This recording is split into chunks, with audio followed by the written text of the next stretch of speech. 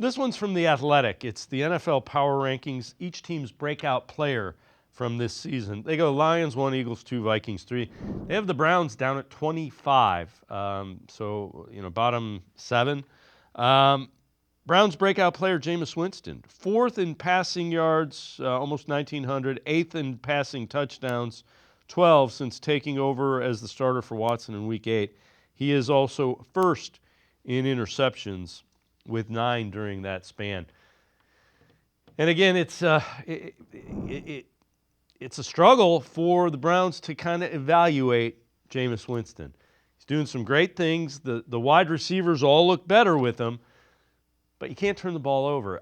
The question I have, and I keep, if they were able to run the ball more effectively, would that cut down his turnovers? Because he's throwing the ball 58 times, 49 times.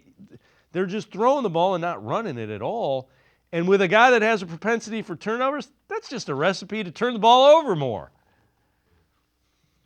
Yeah, it sure is. And, during Hard Knocks the other night, you saw that clip of Stefanski on the sideline, presumably talking to Dorsey in the headset, saying, let's put the ball in number five's hands the rest of the way. And, they're just putting way too much on his plate as far as, trying to carry the offense. And, teams know that the Browns can't run the ball right now, and they're, certainly not facing any stacked boxes or anything like that.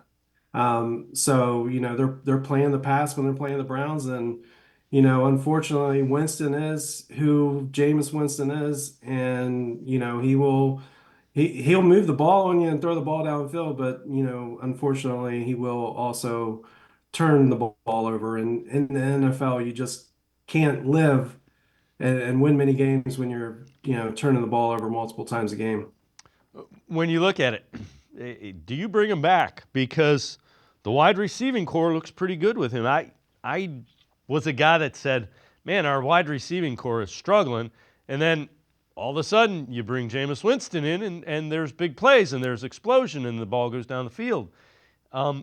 That evaluation, I think that's probably got to be a difficult one. If you are making that decision, do you bring him back? Oh, that's a tough one for me. Now, I could certainly see a world where they do bring him back, and I think you really have to kind of put a plan together for him next year, and like what the difference in the offense will be. What kind of offense are we going to run? Is it going to go back to a little bit more of Stefanski, or are we going to just continue to go? Are we going to keep Dorsey as the coordinator calling plays?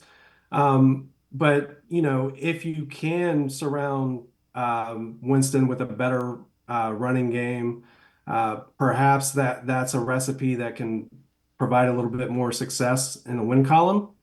But that's, ultimately, I just really think it's the decision is going to come down to, Stefanski and whether or not Jameis is the kind of guy he wants as a leader of that room and the leader of the team at the quarterback position. And I just don't know how well their personalities really mesh together. I don't have any evidence that they don't, but I think that the interceptions is something that Kevin just really can't live with. Yeah, I'm with you. And I'm the guy that pointed out the turnovers for Joe Flacco.